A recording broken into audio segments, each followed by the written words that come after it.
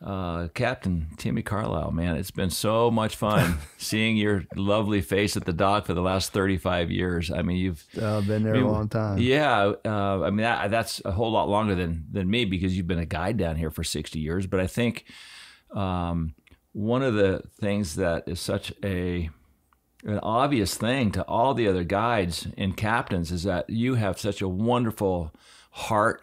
You're caring, you're loving, and you've got a great sense of humor. I mean, we drive up this morning to meet you here at your lovely home, and with the hurricane just passing, you know, there's water everywhere, puddles everywhere on the grass, and we get out of the truck, and first thing out of your mouth was, "You didn't know I lived on a waterfront, did you?" Yeah, and that's one thing that is bad right here.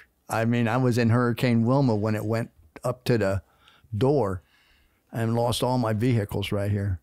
Wow! It went up to the hood of the car. That much water. Yeah, that was that storm surge. Storm surge, and it came from the Gulf, and that's when I was worried. At this time, I'm saying, well, it's not a storm like the one that was Hurricane Wilma, but any storm that you get from that Gulf side, you're close to the Gulf. This water will run right down the road. It'll run right. I mean, did you? Did you have any tailing bonefish the next morning in your front yard? No, but I had some barracudas in the yard, and I had one in the car, in the truck. Did you really? What happened was my windows went down. I guess it shorted, and in my Silverado, and the windows went down and water right inside it. It was all the way up to the console. And you found a barracuda in your truck? Yeah, and in the truck, and seaweed, bunch of seaweed and a little barracuda. Everything was ruined. Yeah. And my truck was a year old, and Gloria's was only 6 months old. Oh, my God. What kind of anxiety do you have living in, you know, this location where you are just so exposed to so many hurricanes every year? Yeah. This one here was 2004 when we moved here. Right. And I've been here since. I mean, but I used to live up on the Sugarloaf. But the thing is, and when you get these storms like this, anything that comes from the Gulf, any storm, any hurricane, I'm worried more tornadoes than anything else, you know? Right. And this is a low layer. The Sugarloaf is really low. And that's why they call it lower Sugarloaf. I want to take it back to your childhood. What were you like when you were 10, 12, 13 years old? I was 11 years old when we moved here from Jacksonville.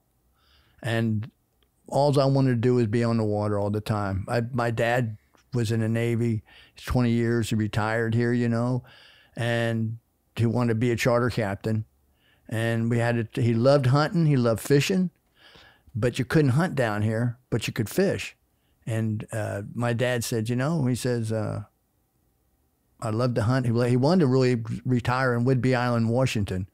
But once we got to fishing and stuff like that, and that's all she wrote. I was with my dad hunting and fishing all the time. I spent more time. I was 4 years old. When I was 4 years old in Whidbey, I caught a 4-pound, 3-ounce rainbow trout on a salmon egg.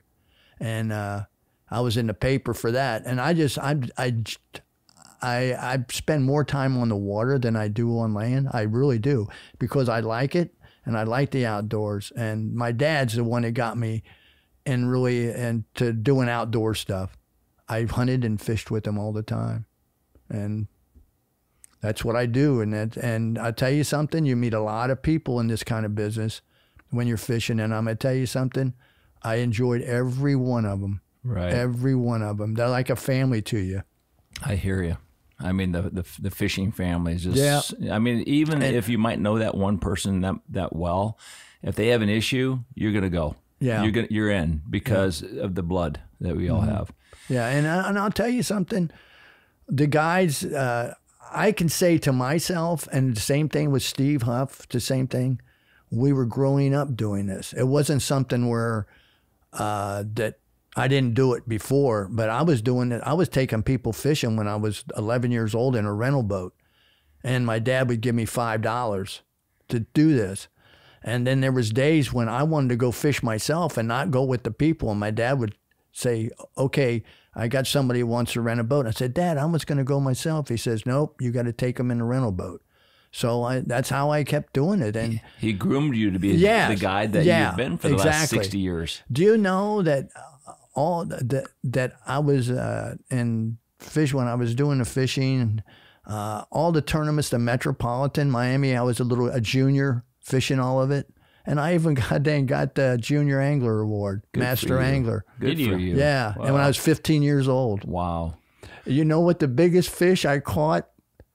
I used to use plug-in reels, not spinner reels, but plug casting. Right. And I used a Fluker Supreme with no drag. You know, you had to use your thumb and all this stuff.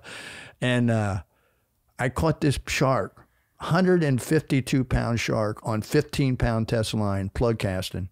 With no drag. With no drag. Now, you want to hear what kind of shark it was? Nurse. You got it. You're a smart man, the nurse Timmy. Shark. I called my dad up and told him that I needed him to get in the boat. So he came out in his boat to put this fish in the boat. I caught him on a Millie's bucktail. That is so funny. When Millie's had it. Right. But at that time, it didn't make any difference which kind of shark you caught. Right. But you were smart. That was the one you needed to target with a reel that had no drag. Exactly. And the other good part is you're only in 2 feet of water, 3 feet of water. You can't miss them with the gaff. Yeah, because the gaff's 8 feet long. Yeah. You didn't even really have to drop the bucktail in there. All you had to do is lean over and grab it. But definitely, I fished a lot. I fished when Lee Baker and Susan Baker, you know, when they had Metropolitan. It was, I mean, I had so many citations I got from that place. It's unbelievable. And now they're all gone because of the hurricane and all that. Right. But you lose a lot of stuff. And so you knew you wanted to be a fishing guy from really early on. I did. You know, there's no way. In fact, my counselor at high school, he said, "Tim, what are you going to do?" I believe it or not, I would not have anybody else do this, but at that time, me growing up, now you won't do it, but I quit on my 10th year of high school to fish. To fish, yeah. Just you to had fish. better things to do. And my guidance counselor, Jim Cass, he said to me, Tim, he said, well, good luck, because he loved fishing too. In fact, he still fishes. He guides out of Key West, I think. He was my guidance counselor. He said, "What are you going to do?" I said, "I'm going to become a guide, fishing guide." So when your dad came down here and loved to fish, was he an offshore guy? Did he love the backcountry? He did the offshore fishing. And so how did you gravitate towards the backcountry? He didn't do that much backcountry. I learned more of that myself than I did with my dad. In fact, my dad used to call the bonefish a mudsucker. Meanwhile, he said, "You guys are those mudsuckers," you know. So then he ends up, he used to have a Thunderbird, Cathedral, 18-foot, and he would go offshore fishing with that.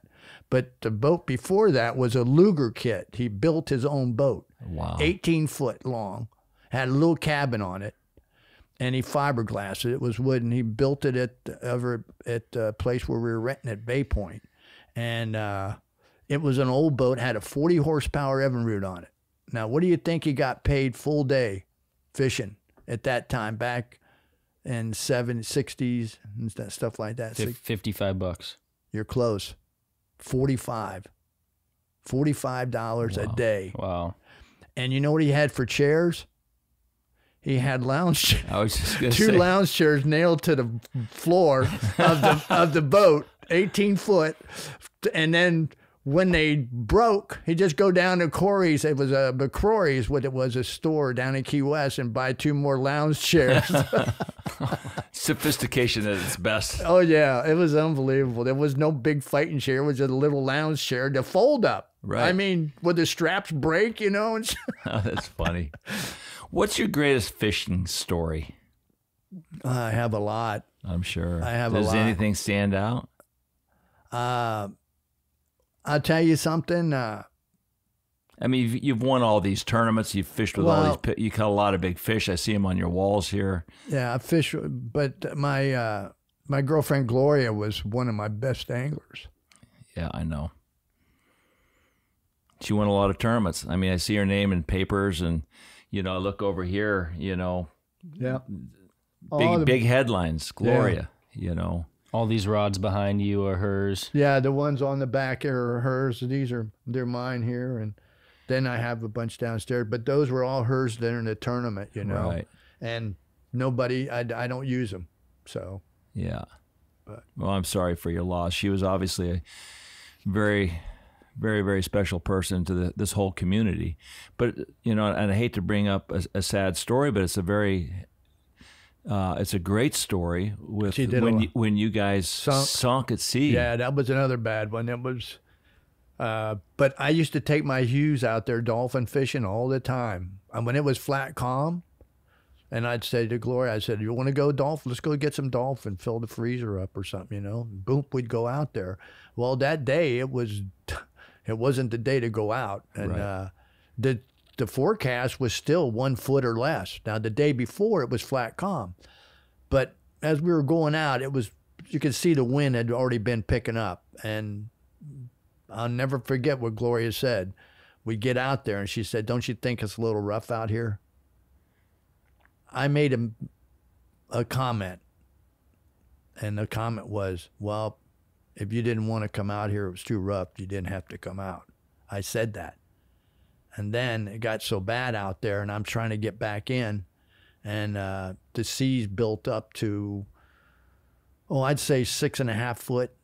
I mean, they were, and I'm in a bone fisher, which is no flotation. It didn't have flotation in it that time. That was a Hughes 17-foot Hughes bone fisher, and we started having motor trouble, and I had a Mariner motor, that was a new Mariner, but it was giving me trouble. And when you're going down one wave and you got a wave coming behind you, it forces your boat to go down. And what I did, trying to keep the motor going, it's submarine. Well, just before we got ready to go down, I told Gloria, call Dan Key up and tell him we're having motor trouble so he knows where we're at. And that's a friend of mine that we rented downstairs from. And he said, "Do you think we should come out?" And I said, "Yeah, it's too rough.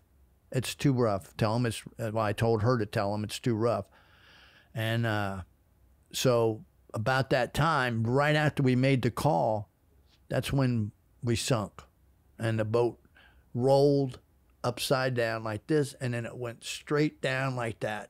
And the only part was up was our life jackets were in the bow. When I ran up to get to the life jackets, the boat was already going. And I couldn't get the hatch open. And all of a sudden, there it goes. And so now we've got the flotation. I had even had a life ring, and it's all underneath the water. And you can't get the hatch open down below the way it was sitting.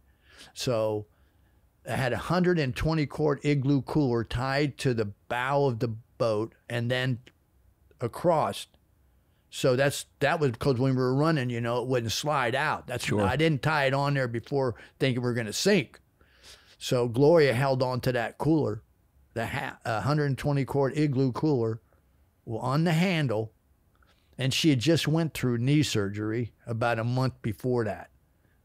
So it was not a pretty sight. So now it was like 11:30 when we went down, and then all of a sudden you could see some plane flying and way up in the air. They couldn't see us. Were they looking for you? Yeah. Okay. It was Mr. Good in one of the planes in Sugarloaf, the guy that does the sightseeing trips. He was up. And then a helicopter was flying, but they were way too far away. And then they came down low. And what happened, that was on a Saturday on June 1st. I forgot what year it was, when they were having the offshore boat races, and they made it shorter because it was so rough. And that helicopter came from that site where they were doing the races. And I could see the helicopter about a mile from where we were at, hovering. And what it was one of our coolers that was floating. Oh, that got loose. And they were looking at that. They got loose, so they knew that we were in the water. Right. And So my somebody at the restaurant said that they think sorry. Yeah, They okay. think Tim and Gloria sank. so at the restaurant, and one of my friends, Roy Payne, the officer, lieutenant, he heard the call, and he wasn't working that day. He was off, and he jumped in his patrol boat.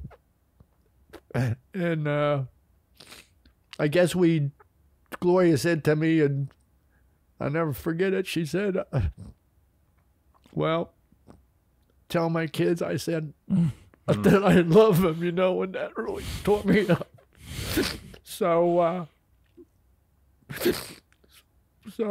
after that, I said, you're not going anywhere. You're staying here with me. You're not going. So about 5 o'clock, the helicopter kept flying back and forth.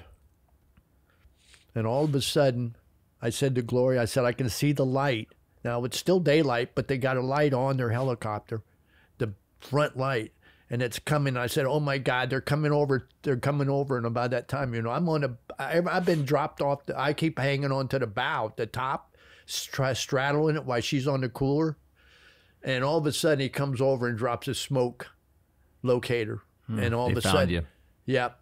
And then this said, is 5-6 hours later? 4.5. About 4.5 hours. And all of a sudden, I could hear this boat, boom, coming out of the water. It was Roy. Yeah. He wasn't very far. Yeah. And he threw a life ring out at us as he's coming to us. And then the friggin' life ring looked like a Frisbee. Hauling ass. I looked and I said, I ain't swimming out there to go get to that life jacket. Jesus Christ, I've held on this freaking boat so damn long, I ain't letting go of it.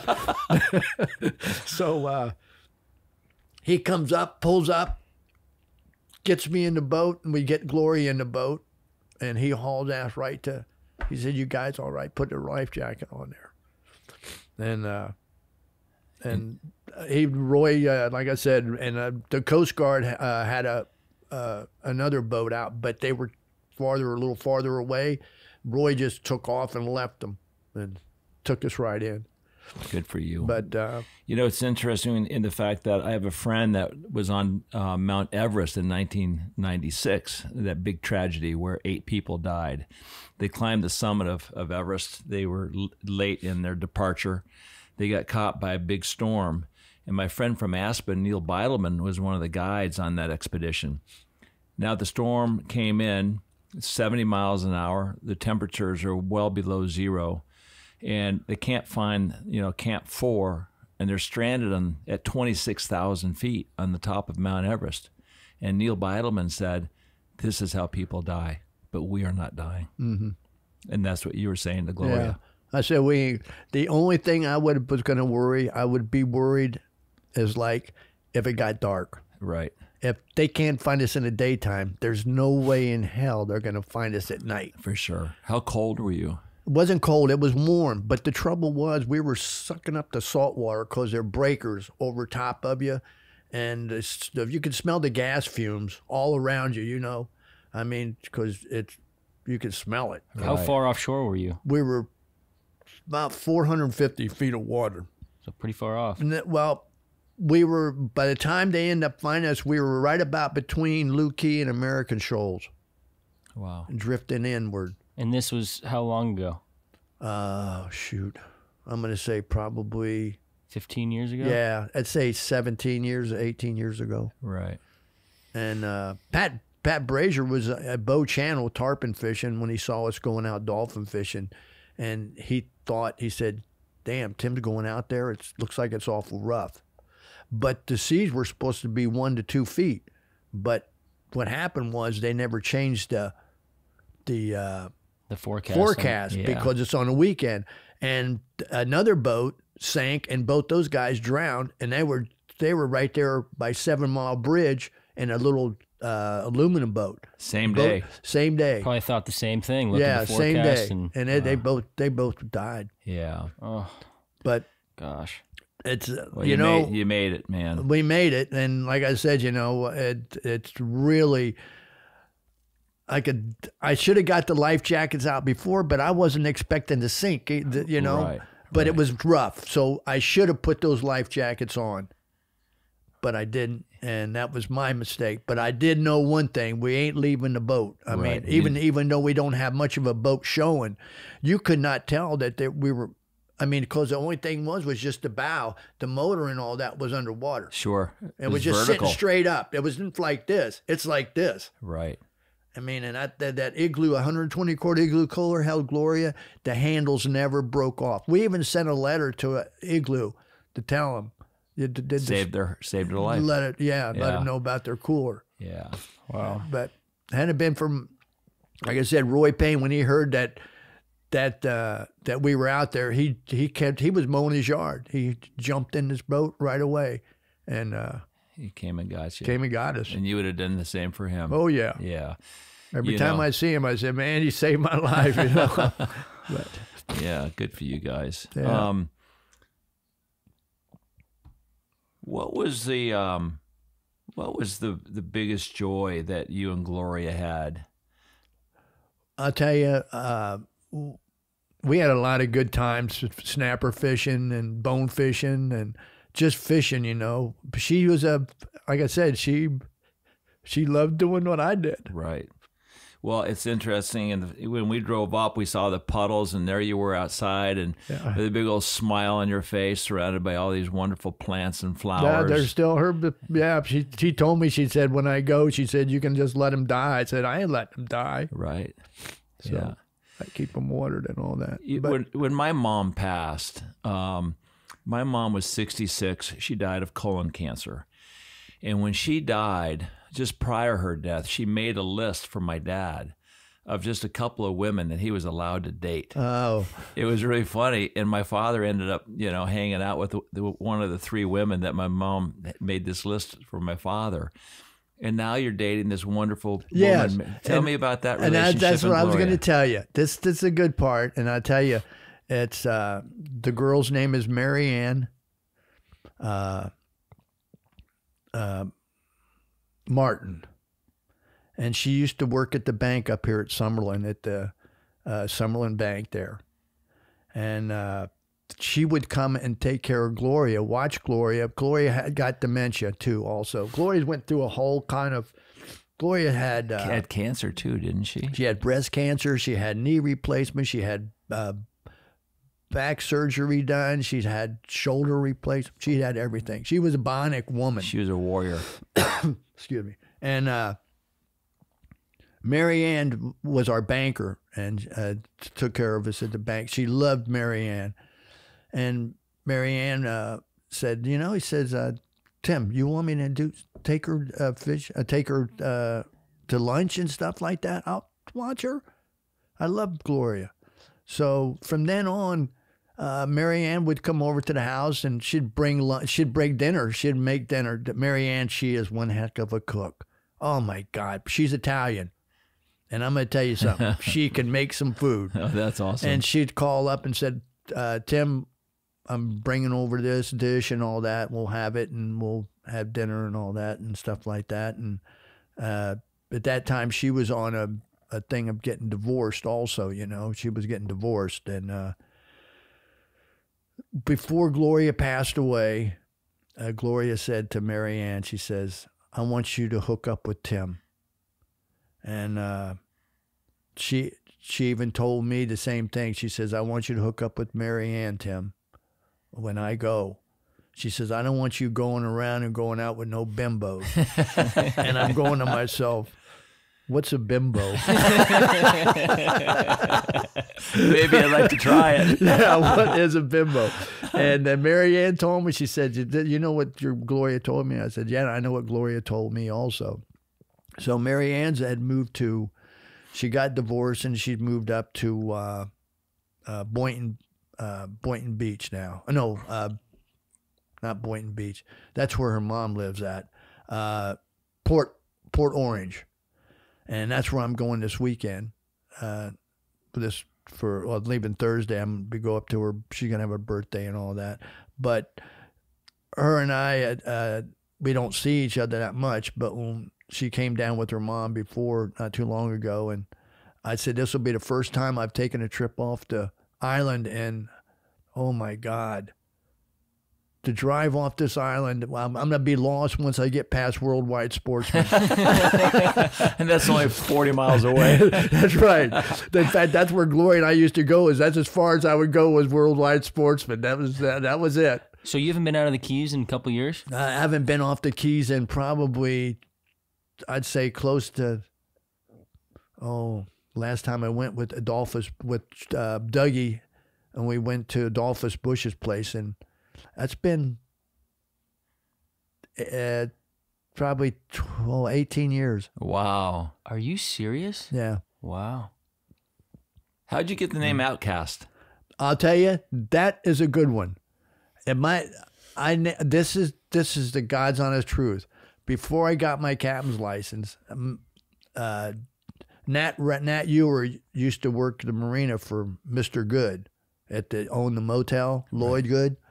And he had the marina there, and he said, Tim, what are you going to name your boat?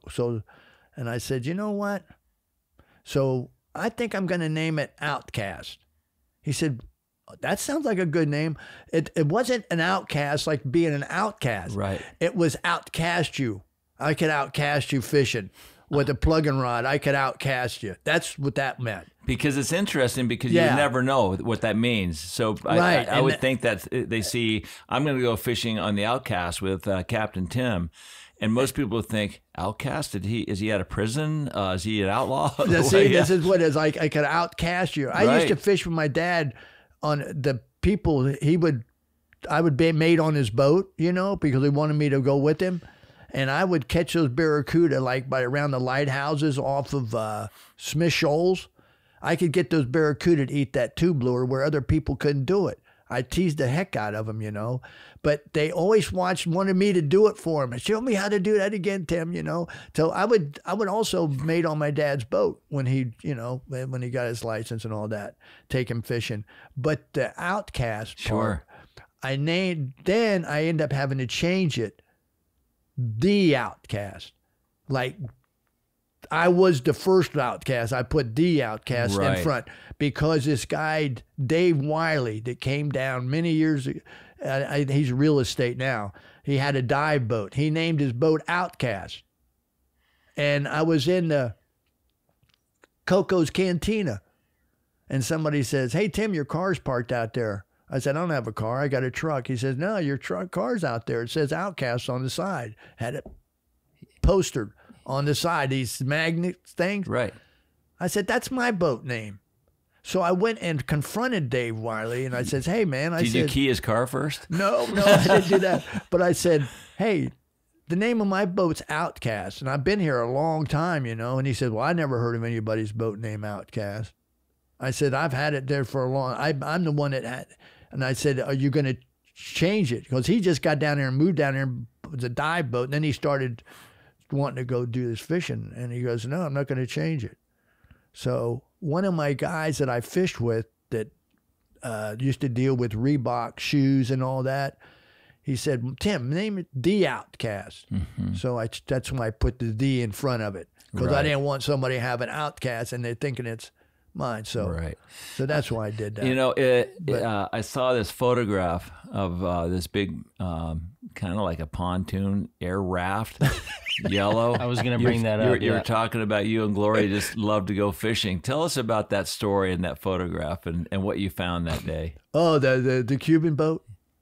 Oh yeah, we had my goddaughter out. Yeah, I got the picture. You want to see? Yeah. Well, we'll get that later, but speak about that. But anyway, we were over by Monkey Island, Loggerhead, and we pull up around the corner, and there's a refugee boat, like a homemade, built with an engine inside it, and it hadn't been there very long because it wasn't even tied up, and it was like 20 foot long, 21 foot. And I told Gloria, I said, Gloria, get the camera, and Eric and I are going to jump in the boat and act like we're fishing. And believe it or not, I did say, all right, if anybody's in those islands, the mangroves there, don't come out. Don't jump out, because I can just see myself, somebody stealing our boat. Right. So we backed off a little. Gloria backed off a little bit with the boat, and then I got Erica, my goddaughter, in the front with the fishing rod. I took my push pole. I got in the back, and I'm acting like they're cast over there. There's a fish there. That's your skiff. Yeah, that's my skiff. So I had her cast, and so I had Gloria make the picture. So now I'm going to have my business cards with that picture on there. Was there anyone in the mangroves? Okay, so what happened was when we got back in, the boat wasn't even tied up. So when we got back in, I told one of the Marine Patrols, Jimmy Johnson, I told him, I said, hey, man, there's a Cuban refugee boat over there by Monkey Island, and it's not tied up, and it's laying alongside of the mangroves. And he says, we'll have somebody check it out. Well, the next day, somebody called in and said there were some people on the island, on Monkey Island. Lo and behold, they got 8 Cuban refugees off that boat, off that island. So they were in there when I was on their boat, but they never came out. And I'm thinking to myself, oh my God, you know, so yeah, there was somebody on it. Can you imagine that trip that they had to escape Cuba? Yeah. The 90 miles in that raft. Right. But I tell you, it was built very good. I mean, if it made it across here, it was built pretty good. But the reason why I'm thinking that there was somebody still, hadn't been very long, because there was still water, big gallon water jugs still tied up alongside for drinking water. Sure. And they weren't all empty. You knew right away it was a refugee boat. Oh yeah, you can tell the way It's pieced together. Yeah, the way it's built up and all that stuff. But to put a car engine inside it, how did that thing could just figure out how to put a prop and all that? Yeah, exactly. What was the fishing like in Sugarloaf back when you first started guiding, when you were 15, 16, Oh 17? shoot, you didn't see a lot of boats back there fishing at all. And the only person that was in my way was Steve Huff. And you let him have his way, or I let him have his way. You ever argue out there? No, but we did. We had our arguments when we got back to the dock. You did? What kind of arguments were they? Almighty, it's like over a beer? No, yeah, well that too. But the other good part was looking in his bucket and seeing how many snapper he had in his 5-gallon bucket and how many snapper I had in my bucket. And then we come up with some stories like, Jesus, you should have seen this fish that we had on, all that. And what we tried to do is we tried to outdo each other. Right. The story one's going to get bigger. And then we had where you'd be at the boat ramp and I'd go down there and talk to Steve, or we'd tell a joke or something like that. But many years ago, Steve would say, whatever you do, Tim, don't let these guys at Marathon know about this area down here. So, you know, but pretty special times. At that time it was. In fact, I remember a couple of times when Steve was on one side of this island and he's in another basin. And the one day I went out by myself, I was in my little 14-foot boat, and all the way I could see in this whole bay, I could see fish jumping. Well, I thought they were dolphin at first, and then I stopped the boat. I had tarpon all around me, everywhere, and then free jumping. All I had was these lures that I bought. You never see these things in catalogs where these freshwater lures and stuff, creek chubs and all this stuff. I had all that. I lost every one of my lures. And I only had like 8-pound test line, you know, on the Fluger Supreme plug and reel. And I know it's 15-pound, but no leader and stuff. And when the fish would throw the plug, another tarpon would hit the plug. And it's not even on the end of the line. Well, when we came back in, I told Steve about all these fish that I saw. He said, you know something? I saw them the day before, and I went back to the same place. They weren't there. He said they moved to your side. And that's what they did. They moved to the other basin. So you used to run around in the backcountry back then and maybe see one boat a day? Yeah, very few boats. And you know what I did a lot of fishing? I did barracuda fishing also with creek chubs with plugs. And I'd catch mutton snapper on the coral heads that like 11 pounds was the biggest one I got in the backcountry using a creek chub. Yellow and dotted yellows with a dot, the wooden ones, you know. What's your favorite fish? I like them all. But like I said, I love snapper fishing for eating fish, dolphin fish. I like it all. And it's not one fish I don't like to go. I just like something to pull on the line. Except, sometimes the Jack Crevalles can be a pain in the ass, but sometimes it saves you when other people want to catch them. But Right. So it's not bonefish. I love bone fishing. I love bonefish. I love permit fishing. Gloria's favorite one was the bonefish. The reason for that is you don't have to fight a tarpon. Like a tarpon will wear you out more. Where the way she was, she couldn't handle a tarpon a really long time, and the bonefish was the best. But my bone fishing, I'm gonna tell you something. I spent more time bone fishing than any other, and I do love that. But for eating fish, I'll take a snapper. Right. Mark Croca said when you guys used to fish the little palm tournament, and it was bad weather, there was only one man that was going to win that tournament. And it was Timmy Carlile. Oh, He said we'd all come in with an A game. We only had a plan A, but you had a plan B, a plan C, D, and an E. He said you had it covered, and if it was foul weather, just give you the plaque right now. We can all go home. Well, believe it or not, I found out that the fish do move in certain places at a certain time and at a certain temperature. And when we had I don't know if you were there or not, when the lady comes up to the marina and said, "Listen, we're having not a tournament, but we're for Bonefish Trust. They were doing tagging, right? But they were doing it with you cut the fin off, right? Either the pectoral fin or whatever part, just a little chunk, right? A little piece, and then you put it in a bag and all that, and then they go check. They had a tournament for, I think it was for 4 weeks or so, and whoever got the most fish tagged, they won a cooler. They won a better be an igloo. Yeti cooler. It was a Yeti cooler, and it's got Bonefish Trust on it, right? Tarpon Trust. A blue one. Well, I'm fishing these people, and I'm not really fishing that tournament, but I'd entered a fish, and we were fishing in probably, I would say, bottom fishing in probably, I'd say 8-9 feet of water.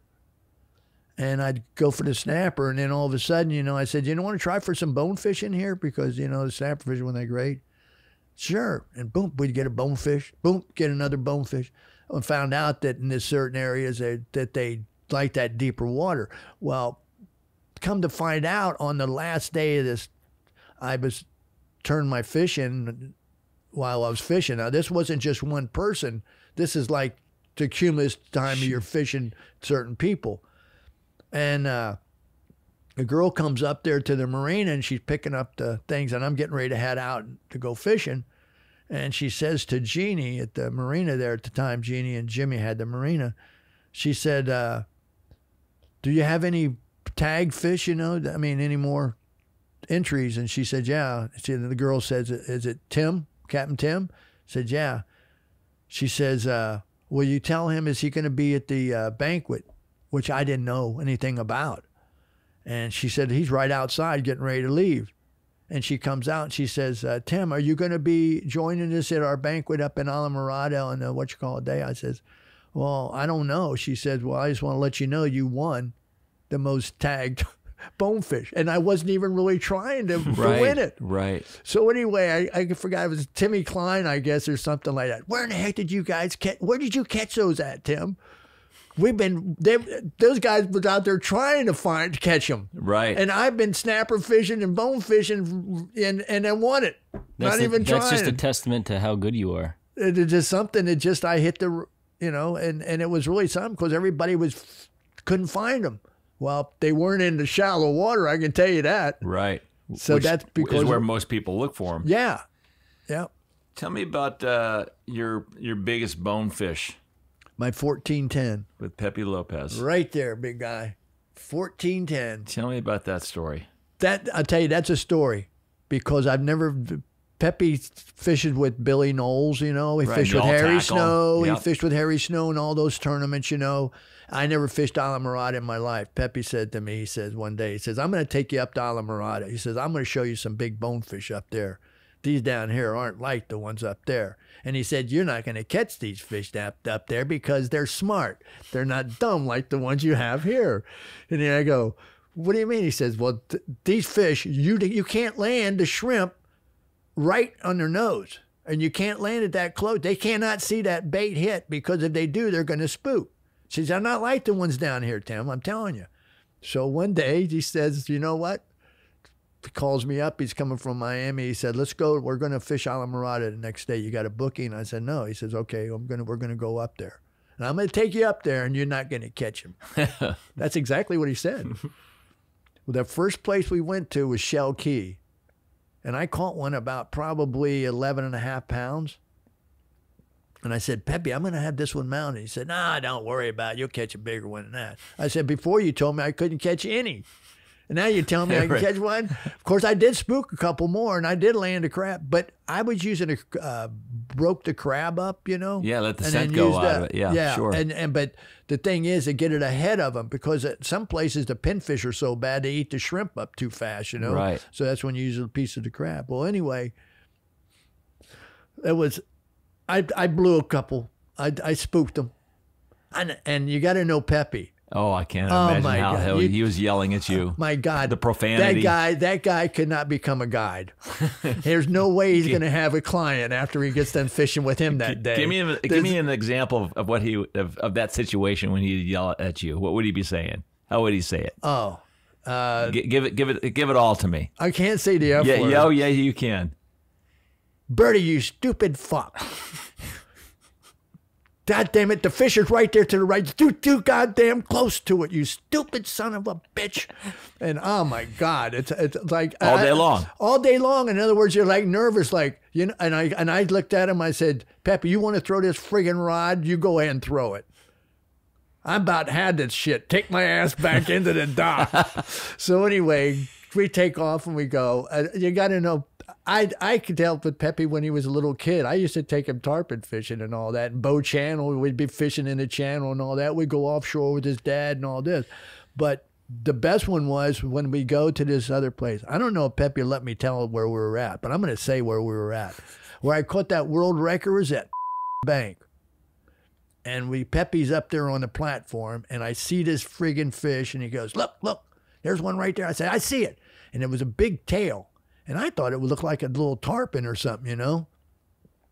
And Pepe's up on the platform. And he says, okay, no, don't throw yet. Don't throw yet. And I'm going, I'm not going to throw yet. I'm not even close. I can't reach the goddamn thing is what I told him. So he starts pulling the boat over and he stops it. And I said, okay, stop the boat. Stop the boat. He's stopped tailing now. I don't know where the hell he's at. And I'm looking and he's working this little edge you could see the bonefish stop. And then all of a sudden his tail would come up. I took that and I said, son of a bitch, Tim, don't you blow this one. I don't want to hear this shit. So I threw the goddamn shrimp. This one I had the shrimp on it. I threw it up ahead. And because I knew the tide was moving. And the fish is still moving and he's going. And I kept watching him. And all of a sudden I see his tail and his tail comes up and I could feel the shrimp. Boom, boom, boom. I could feel it. I said, shit, he's got it. All of a sudden I set the hook. Now I got the son of a bitch, takes off. And I said, Pepe's like in a friggin' daze. And I go, I got him on. He said, you got him? God damn it, I got him. He's on. I said, get the goddamn boat. Come on, let's go. He's running. Don't worry about it. He ain't gonna get wrapped around anything. What a line of shit that was. Sure as shit, we start pulling out. The fish is way off to the right and there's a friggin' sponge and he's hooked onto the sponge. I said, you dumb shit, he's right here. He's got it wrapped around his sponge. I popped it off there and here comes I got the fish still on. I said, I thought you said there wasn't going to be a thing in a wrap. Oh, shit, I didn't think there was anything out over here. Well, shit, it dropped down off about probably maybe 2 more feet down. We took off, started pulling the boat. Then he started to motor up, started motoring. I said, come on, goddamn it, get up to him. Finally, we get it up by the boat. Took about probably 25 minutes to get the fish up by the boat. He pulls out this friggin' net. It looks like a lobster net. It was just a little handheld net. And I look and I said, shit, that's the only net you got? Yeah, that'll work, it'll work. He takes and puts the net underneath the head of the fish. The fish comes up and flops into the boat, and the hook pulls out. Holy. I said, Holy shit. Cow. That thing, he says, my God, that's a record fish. That thing's got to be 14, 15 pounds. He said, let's put it in the live well. We're going to run it in. So we go in and we run it in. I said, you sure? He said, God damn it, I know it is. That's got to be. So we run into where the Lorelei. Right. Well, there ain't nobody there to weigh a fish in up there. So we end up going by boat and went to Bud and Mary's. Bud and Mary's there. And we come into the dock. And I forgot who was there. There was a guy that said something about, Pepe goes, we want to weigh a fish in. And he says, where's it at? And he says, it's right here in the live well. And the fish is stuck way out of the live well. It won't fit. Right. It won't fit. It's not. And the guy says, oh my God. He says, Jesus Christ. He said, hurry up, weigh it and turn it loose. I said, well, I got to weigh it in. I got to weigh it in. I got to weigh it. I got to have somebody see it. I got to have somebody who knows what they're doing. So he calls up, I forgot who the guy was. George Hummel? No, the guy that called him. Oh, okay. So the guy says, hold on a minute. So he calls up George Hummel from his Worldwide Sportsman. George came over. We put him in a live well in the shrimp tank. We put in the shrimp tank, but the fish kept going upside down. He wouldn't stay straight up. George came. George gets over there, puts it on a scale, jumps off the scale, puts it back on the scale, tries to hold it, bounces back off the scale. Well, the fish ain't going to make it. There's no way in hell. Right. Because we've been handling it so long. Now we're taking the measurements of it and the girth of it and all this.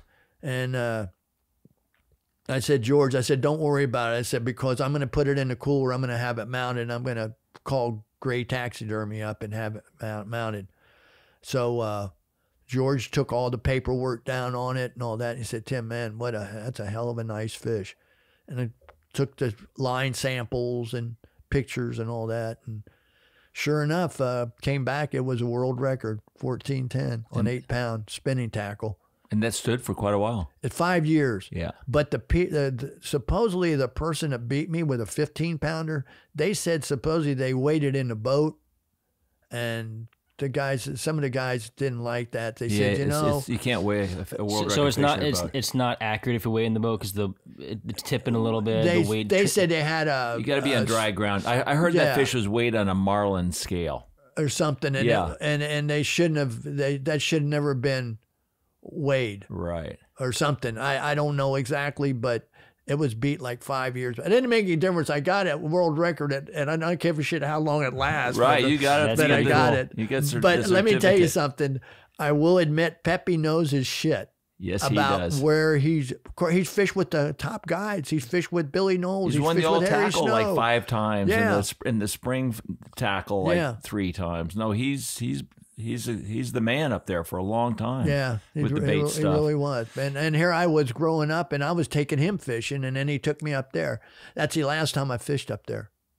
And by 1 o'clock, we had that world record bonefish. So Pepe says, okay, now we're going to go out. Let's go on the ocean side. I said, what the shit we going to go to do now? I said, I got a world record, for Christ's sake. What do I want to go back out for? Like I said, just like, what are we going to do? Going to do something better? But it was really exciting. Well, you've always been a prankster, I know. And I understand some kids used to steal some beer out of your boat. Tell me that story. Well, I don't know. I don't even know if they're alive now. I don't know with it. But you could see that somebody had been taking some beers out of the boat. So I took and peed in a beer bottle, and put the cap back on. And they stopped stealing your beer? They weren't taking no more bottled beer. And werewolf stuff. Oh, ice God, coolers. Alligator in the shrimp tank. Shrimp tanked alligator. The good one was I dressed up with a wolf mask, and I had the whole thing set up with the gloves and all that. That was during one of Fantasy Fest or one of the Halloween things. And I got in the ice cooler, and I told the other guys, I said, you know, and knowing Dougie though, he would be the one that would lock the friggin' freezer on me. That's the only thing I worried about, because that son of a bitch would do it. And I'm thinking, here I'll be like this, frozen like this after they unlock, you know. Well, anyway, Ron Ward, that guide out of Sugarloaf there, he runs like bottom fishing boat and all that. They told him, go get the. No, he was going to get his bag of ice. Let me tell you something. When he opened that cooler up, I come out. That son of a bitch dropped that bag and started running. And I thought the guy was going to have a heart attack. I swear to Christ. He said, Jesus Christ, Tim. Oh, my God. And Dougie, he'd laughing his ass off. I mean, he'd laughing so goddamn funny. Tell me about the your Vietnam experience. Yeah, when I quit, when I did my 10th year in school, you know, I was on the draft. I was 18 and they drafted me. I went to Germany I went to my Fort Leonard Wood, Missouri for my AIT and all that basic training, and I went there, and I went as a combat engineer. So then I went to Germany and spent, what the heck was it? 8 months in Germany, and drove the captain around and did a lot of mostly inspections, and then they did a lot of field tests and all that. And then it came time to, you could volunteer for Vietnam or whatever, you know, but I didn't volunteer for it. I didn't want no part of it. But guess who gets picked? I did. So I spent my last 11 months in Vietnam. But some guys all wanted Vietnam. I didn't want it, and but you go wherever they put you, right? And I was picked to go there, so I spent my 11 months there. And I'm gonna tell you something. It was at I think everybody should go to, at that time. They should have never stopped the draft, but service. I tell you something. You'd see a lot less people getting hurt and all this stuff if those kids would respect what. You know, I mean, a lot of shooting going on and all that, but the service would sure as heck straighten you out a little bit. What part of your life, what incident, if there was one such a thing that turned you from a young man into a real man? I still don't think I'm a real man. I'm still just a young kid. I still act like a young kid. But I will tell you, I did drive an assault boat over there in Vietnam too. And tell me about that. That's when you make sure that the air's filled up on your goddamn your raft. Yeah. Yeah. And it was like a 20, you could hold 21 people on that thing.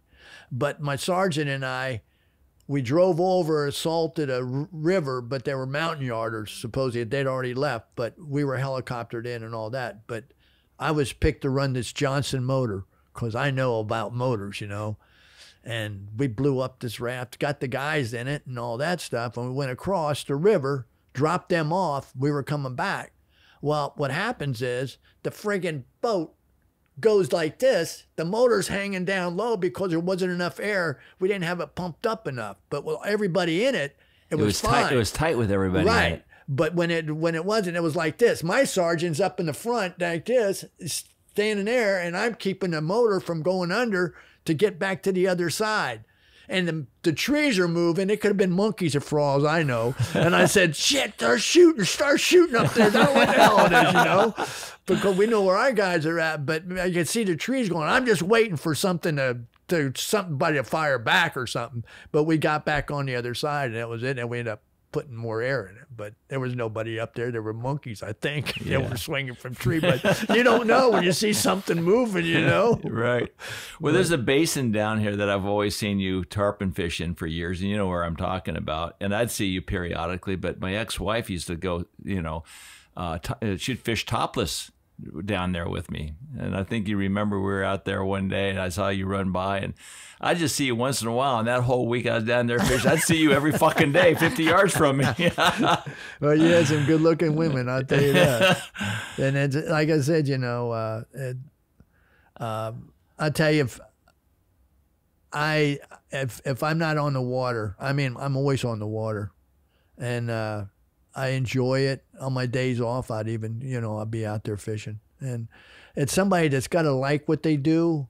And I could not do anything else. I mean, as long as I know is as long as I can pay my rent and, I don't make a lot of money doing this. It's just enough to live off of. And, it's just to be happy, what you enjoy doing. If I couldn't fish anymore, I don't know. I would probably be in the same situation like Gloria said, I can't do this. I can't do this. Is what Gloria said. I remember this. She says, I can't do this. I can't do that. I can't fish no more. I just want to die. And if I can't fish anymore, I don't know. You're going to keep fishing for a long time, bro. Yeah, I hope so. You're one of the wealthiest person I know. Well, I mean, you are I'll tell you. You're so rich in love. Your heart is one of the biggest hearts I know. And everybody that knows Timmy Carlile will have the same sentiments. I mean, just look at how much you wear your heart on your sleeve with all your friends, Gloria and Marianne. We feel the same about you, bro. Well, thank you very much. And I'll tell you another person I really love, too, was Adolphus Bush. Pat Bennett, that fishes me now, took over Gloria's spot in the Marathon Bonefish Tournament. He's a great guy also. I have a lot of them. Steve Odell, he's a great guy. He's one of my great customers, too. I mean, he came down here after this, like chartered, and he said, Tim, I know we had you booked for May and we couldn't make it down, but he says, I'm going to make sure I come in September to fish with you to keep us going because, we didn't have no charters, they all got canceled out. But I will tell you the truth, and to everybody out there, I'll tell you, these women are really sweethearts, every one of them. So you got to take good care of them. Hear, hear. Yeah. Because the women are really, I love women. I love every one of them. And I don't care. But these guys, say, oh, geez, he says, we can do without her and all that. Bullshit. It's bullshit. Because you lose a companion, you've got to try to find another one but there's, like I said, Marianne is a sweetheart. She's a sweetheart, and Gloria knows her. And the good part is Gloria loves her too. And Marianne loved Gloria. Gloria would be sitting here on the chair. Marianne would be sorting out stuff, for Gloria. We don't need this Tupperware and all this, because Gloria had when Gloria had dementia also, which was really bad. And I tried to keep her as long as I could until she finally, I was worried that because she would say, I just want to jump off the balcony, and all that, but I'm afraid that I'll just hurt myself and I won't kill myself, and it kind of worries you. I'll be in the boat all day long, and I get 10 phone calls. Where you at? So... And it hurts to see what goes on inside it. And it wasn't her. It was just that disease. Yeah. Terrible. Yeah. To see anybody go through that. And I know exactly how people feel when they say, oh, my mom's got dementia. I said, oh. And I've had people tell me, they said, it's not going to get any better, Tim.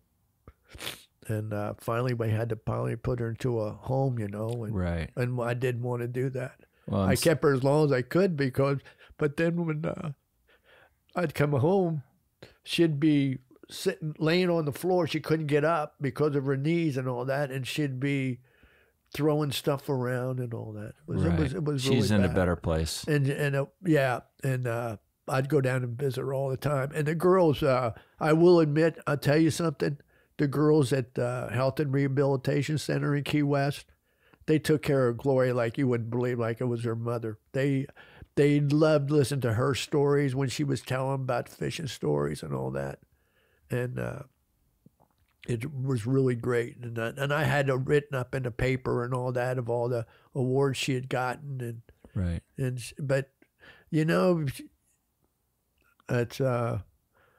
it's like anything else. She loved to fish. And I mean, we went every weekend fishing. Every weekend. And then I wasn't booked up. And then that's when she couldn't do any more in the marathon bonefish tournament. And Pat Bennett asked Gloria, said, Gloria, can I take your place and fish this tournament? Gloria said, you sure can. And from then on, Pat was a professional golfer also. He's from Weston. He played golf for 23 years. PGA and all that. Right. Well, you're such a caring man. You have such a big heart. And just want to say you've been a role model to a lot of people that I look up to. And I love you, Timmy. And I really appreciate your friendship. Yeah. I love you guys, and I really do. Love you too, bro. So much. Thanks. Thanks for joining us. Such great stories and such a big life.